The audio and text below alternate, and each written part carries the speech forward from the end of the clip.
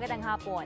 Mas marami pang barko ang inaasahang ibibigay sa Pilipinas o sa Philippine Navy para mapalakas ang kapabilidad nito sa teritoryo ng bansa. Ito ang sinabi ni Defense Secretary Voltaire Gazmin ngayong nasa bansa na ang BRP Gregorio Velasquez na unang survey ship ng Navy. Bukod sa bagong strategic sea lift vessel, nagseserbisyo na rin ngayon sa Navy ang BRP Tarlac at 3 pang landing craft heavy.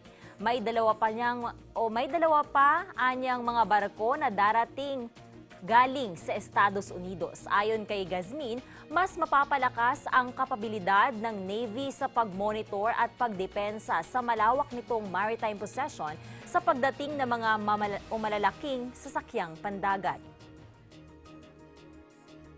Sa balitang abroad, nakilala na ng Orlando, Florida Police ang suspect sa pagpatay sa 22 anyos na The Voice singer na si Christina Grimmie.